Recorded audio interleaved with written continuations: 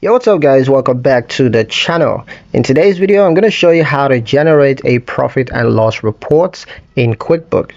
It's going to be a quick video as usual. We're not going to waste too much time, just going to give you guys a step-by-step guide on how to get this done in under 2 minutes.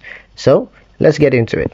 Now the first step, you're going to go to the reports menu. So in your QuickBooks dashboard, click reports from the left menu.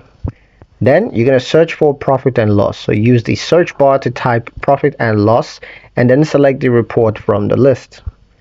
Next is to set the date range. So choose the desired time frame, whether it's monthly, quarterly, or yearly, and then click run report.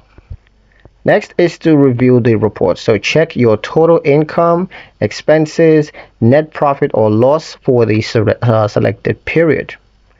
A pro tip, you can click any number on the reports to drill down into the detailed transactions behind it. And that's pretty much it for the video guys. Hope you liked it. Hope you found the information here useful enough.